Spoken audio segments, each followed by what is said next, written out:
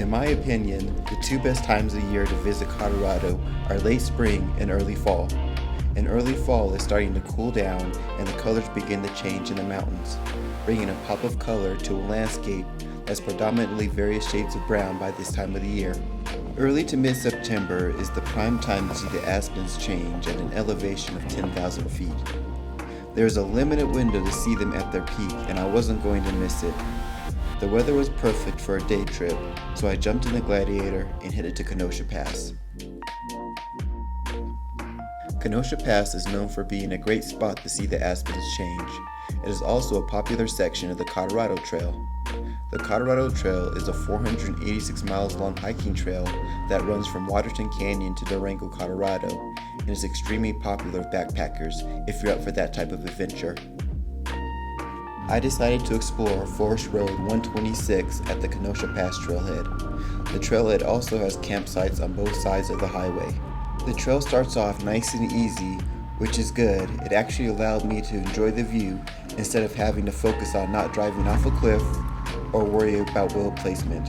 However, the difficulty does increase if you decide to continue the climb to the peak. There is a gate on the trail because a section of the trail goes through private land, so make sure to close the gate behind you. There are also several nice campsites all along the trail as well.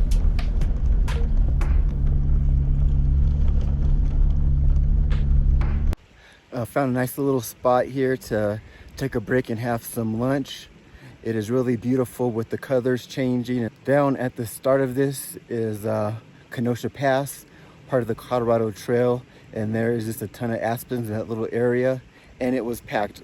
I'm not kidding you, there was cars lined up. It has to be, I don't know, maybe even a quarter of a mile down the road. The parking lot was full of people. It was just insane because this is supposed to be the best week to see the color changing for this particular elevation, and it is extremely popular. So it's nice to take this off-road trail that's just the same place, but it gets away from the crowds. Seeing maybe 3 or 4 vehicles coming down the trail so far, so not too bad. Been able to kind of just take it all in and enjoy.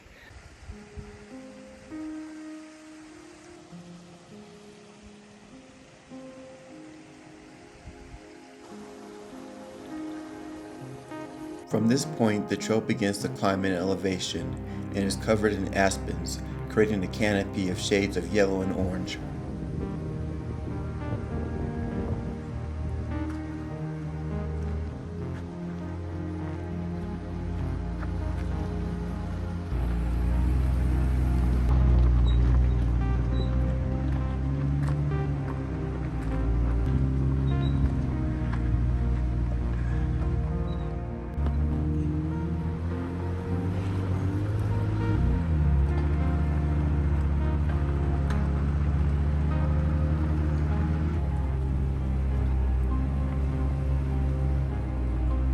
This trip reminded me that not every trail needs to be difficult to be enjoyable. The first 4 to 5 miles of the trail are easy. You don't need a high clearance built vehicle. A Subaru could easily handle it. I wish I would have gotten started exploring with whatever vehicle I had years ago.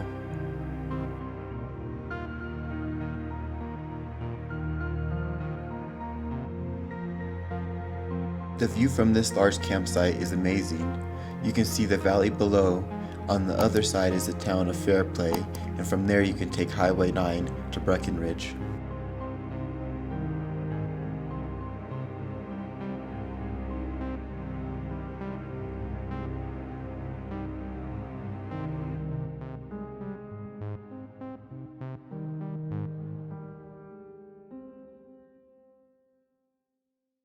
The further up you go, the trail becomes rutted and rocky, with a couple of steep climbs the closer you get to the peak. You'll definitely need a high clearance 4x4 to continue all the way to the top. The camera doesn't do a good job depicting how steep this climb actually is. You'll definitely need 4-low, and I recommend disconnecting your sway bars.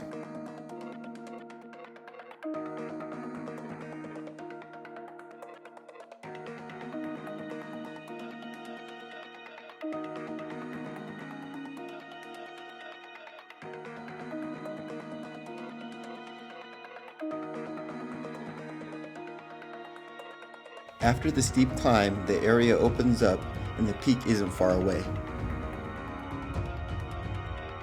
I'm not sure what this is, but I would guess it's a cow. I'm also not sure what killed it, but I'm gonna guess it was a Sasquatch. Somebody prove me wrong. That's the peak off in the distance. There's only one more steep climb to make, and I tried the downhill assist on the way down, and it actually worked really well. I'm gonna have to do a video about it in the future.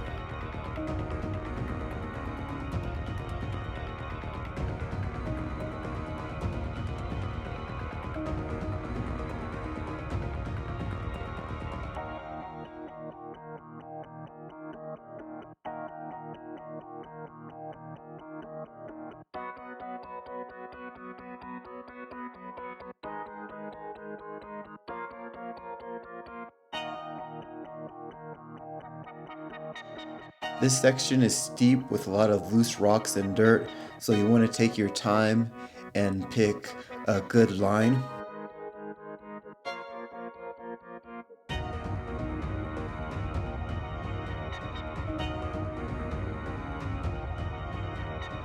I've been on the top of several peaks and passes, and the view never gets old.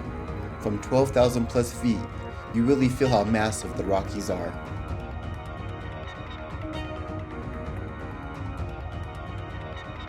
The final section of the trail is really rocky. There isn't anything crazy, but you'll definitely want to watch your wheel placement.